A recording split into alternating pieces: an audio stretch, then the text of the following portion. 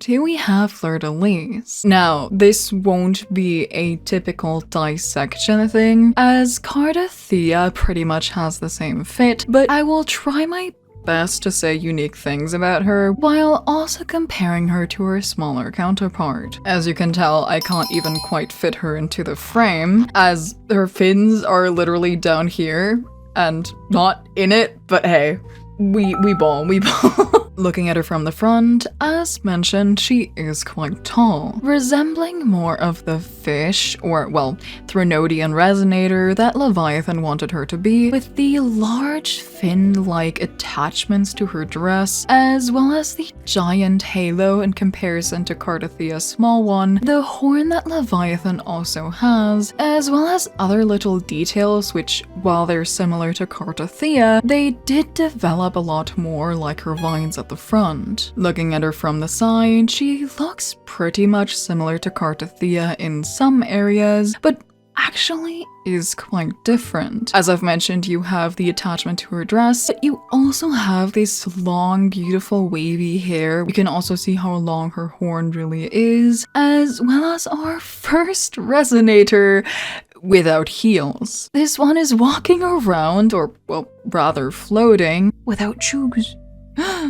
Without heels. God forbid. The back is much like Cardothea, the widest part of her. Not only is her hair spread out more, but as you can see, the attachment to her dress has multiple layers and is just really long. Aside from that, I feel like you can see her armor here the best, as the front is a bit distracting, but you can see it quite well here if it weren't for the hair. Aside from that, much like the front, you have these little vines. Moving on to the last side, it isn't mirrored for once, at least not 100%. The only difference really being the armor on her arm, as well as having no ankle wreath on the side, much like Cardothea. Starting from the top, we do have a lot of stuff going on. Fleurdelys's bangs are actually quite long, getting into her eyes and also having a soft blue gradient at the ends here. That said, I do feel like this frames the horn perfectly. Something about Fleurdelys though is that her tacet mark is constantly on. I could change this texture, but I think this is what it came with. Yeah, okay, so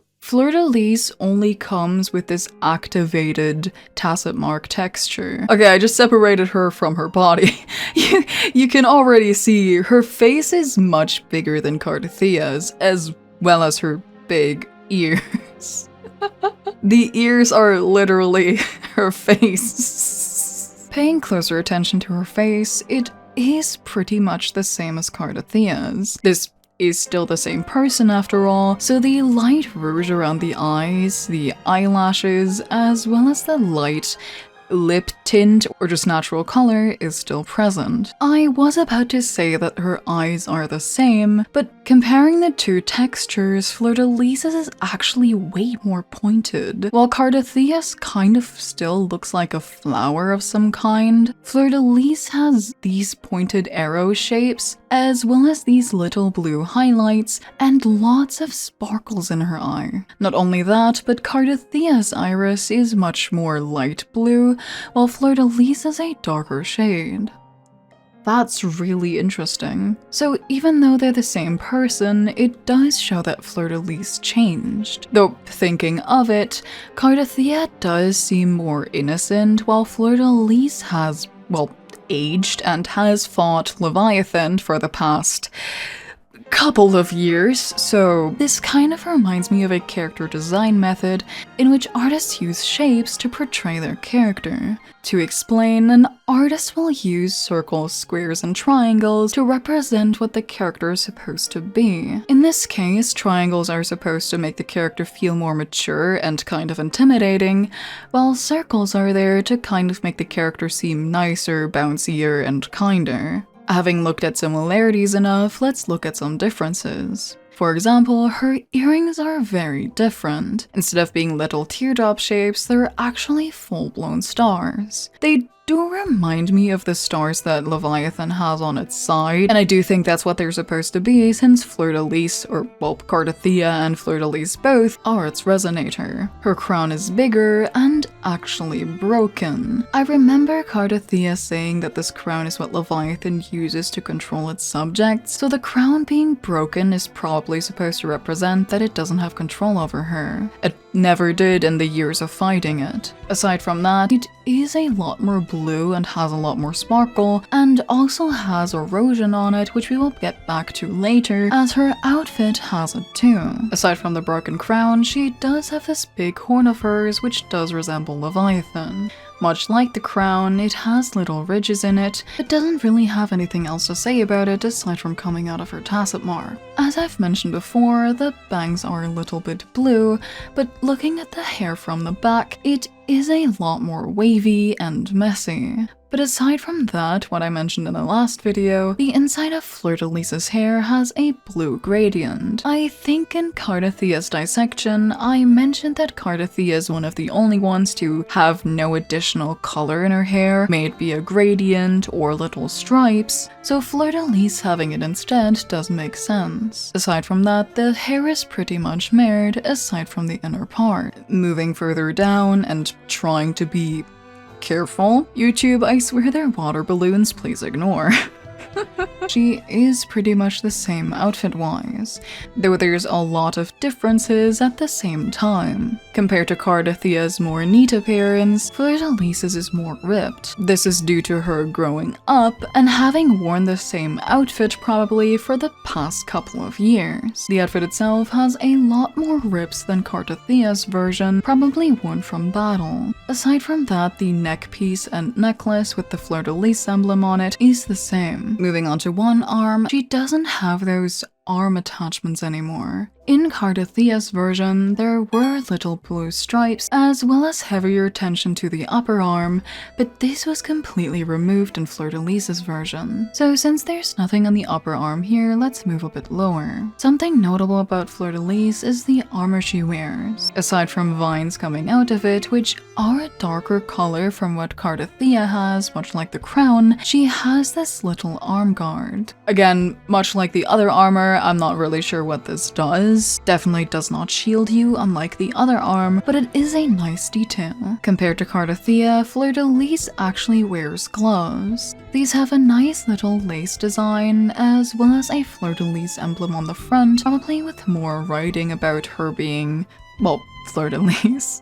That said, since Cardothea and Fleurdelys split at the appearance that Cardothea has, she probably got these gloves at a later point and most probably not from Leviathan, so I'm not 100% positive that this is actually like I'm Fleurdelys, like Leviathan's resonator. Moving on to the other side, she has more armor here. This actually has a shoulder guard, which is multi-layered, as well as almost a full armored glove. I kind of really like the shape of this armor. Not only does it kind of look like the Fleurdelys pattern they have all over, but also kind of like a shell, which does again keep within the fish theme. Aside from the upper arm guard, she has another vine here that Cardothea doesn't have. Moving further down, we have more armor, more vines, as well as the glove she wears underneath actually being ripped up, and also kind of going into her skin? I think it's just thin at this part and isn't actually something that's corrupting her, but I'm not entirely sure. Looking at the other glove, it does have a slight purple gradient to the arm, kind of hinting that there's something under it and maybe that's why she's wearing it, but this side is just completely shredded. It's not even the same length. This underside is still glove, so it's not her actual hand, and the glove doesn't really end before this, so it's not really skin corruption, I don't think. Looking more at the armor though, the shell pattern continues down to the fingers. On this hand, even though we can't see the nails much like the other part, the finger guards do kind of replace the nails, being very sharp and probably not something you'd want around you, or else she'll poke your eye out. Also, this isn't properly aligned.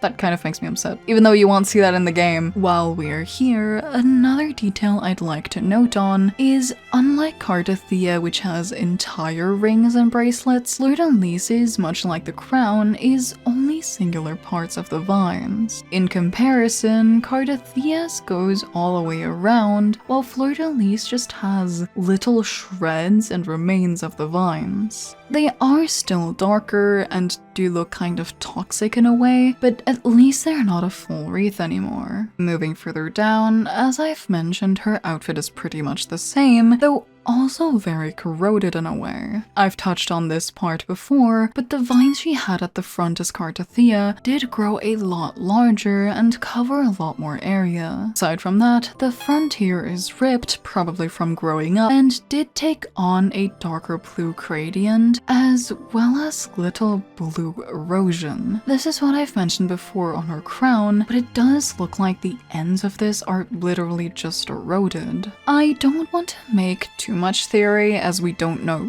too much about what happened in those years, but I do kind of want to say that this is probably to represent that she's been corroded, quote unquote, in Leviathan's eyes. It's no longer pure white anymore, as in this form she's no longer, quote unquote, the Sentinel's resonator. She refused to play the part that Leviathan wanted her to, and so she's kind of having erosion and more takeover with the vines, as well as this shredded part and dark purple part I'm not really sure about, but it just looks like the two are supposed to represent two different people. Cardathea has white and neat clothes, while Fleurdelys has ripped and corroded ones. While it has the same gold details and little linings, it is a bit more ruffled and, as I've mentioned, has a blue gradient. Aside from that, this front part has also taken on a darker gradient and also has small differences to the Cardathea version. In comparison, she has little stars on this part, as well as a more defined Fleurdelys symbol. This one has more drawing on it, while the one that Cardathea has doesn't. Something I'm kind of hesitant to touch on is how much more 3D Fleurdelys is. It's kind of controversial, and I've noted it before that they started drawing on characters to save vertices. Weirdly enough, Fleurdelys actually has 20,000 more vertices than Cardathea. I definitely know where some of them went. Something I've noticed, if we look at the side here, is that this belt strap is 3D, while at the same time, it's painted on for Cardathea. I might have to look at this again in the game, as I kind of can't really believe that, but pulling up the numbers, pulling up the details and selecting an object, you can actually see the number of vertices here. The body alone has 10,000 out of 93,000. Select her body, the body has 8,900 out of 73,000. Now of course Fleurdelys is a differently sized model, as well as the proportions, but the strap being 3D while Cardathea's isn't, I can't really explain that to myself. I'm not sure what to say about this, to be fair, but as you can see, it is 3D. The back is pretty much the same, aside from Fleurdelys having more detail. The shoulder pads she wears have little lines that Cardathea does not have. Aside from that, these little beads are placed lower, probably because they have to stretch more due to her size. The part where Cardathea had her fins attached, if you want to call them that, have been ripped off. Aside from that, the back also has more tension to it. While some parts of this cross-section are missing, her lower back is actually more covered than Cardathea's. She has the same vines going up here, though in a darker color, and while I mentioned the past ones were ripped off, new ones did take its place. This new part has a total of 3 layers, being this outer part, this inner shorter layer, and this very long dark blue layer. They're all ruffled and have a lot of sparkle, but they are different in their gradient color. Starting with the outermost one, we have a very dark blue color fading into a lighter purple. The inside is probably the lightest part about these 3, also starting from a darker blue color and fading into white. And the longest part shifts from a darker blue into a lighter blue and repeats. The undermost part is also quite sparkly, but has more Fleurdelys and golden symbolism on it. Aside from that, it also has arrows. I mean, sure, arrows always look cool, but why?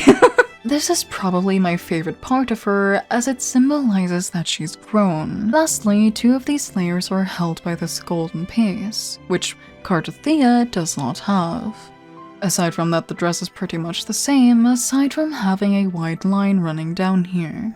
While the outside is rather dark and gloomy, the inside has a lighter, more purple hue. It does fade from a darker purple color into this light blue, almost grey one, and also has magenta stripes running along it. Meanwhile, the lights and arrows that were light blue on the outside are gold on the inside. Moving further down, her legs pretty much have nothing, much like Cardothea, though as I've mentioned before, she's also lost her shoes. I'm sure this was the only part that she couldn't grow with, as the other parts kind of stretch and ripped to fit her, but the shoes are kind of a difficult situation, so she probably just took them off instead of trying to find new ones. Interestingly, while all the other vines on her body are ripped up, the ankle one still kind of wraps around her foot. Aside from that, the feet are scaringly detailed.